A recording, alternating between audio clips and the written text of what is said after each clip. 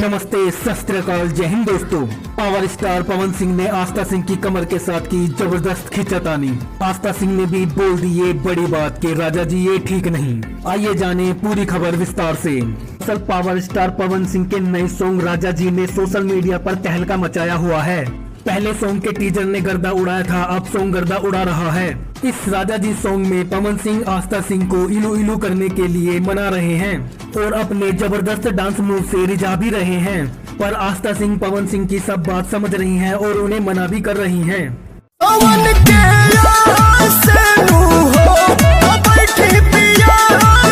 साथ ही दोस्तों आपको ये भी बता दें कि पवन सिंह और आस्था सिंह ने राजा जी सॉन्ग में जबरदस्त डांस भी किया है और राजा जी सॉन्ग यूट्यूब पर आते ही गर्दा उड़ा रहा है।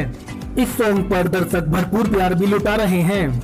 आप देख सकते हैं राजा जी सॉन्ग पर लगातार व्यू भी बढ़ते हुए नजर आ रहे हैं और जल्द ही ये song power star Pawan Singh की ट्रेंडिंग लिस्ट में शामिल भी हो जाएगा। तो दोस्तों पवन सिंह और आस्था सिंह के नए सॉन्ग राजा जी के बारे में आपको क्या कहना है, अपनी राय कमेंट बॉक्स में जाकर जरूर दें और ऐसी ही जानकारी पाने के लिए चैनल को दिल से लाइक करके सब्सक्राइब करना ना भूलें।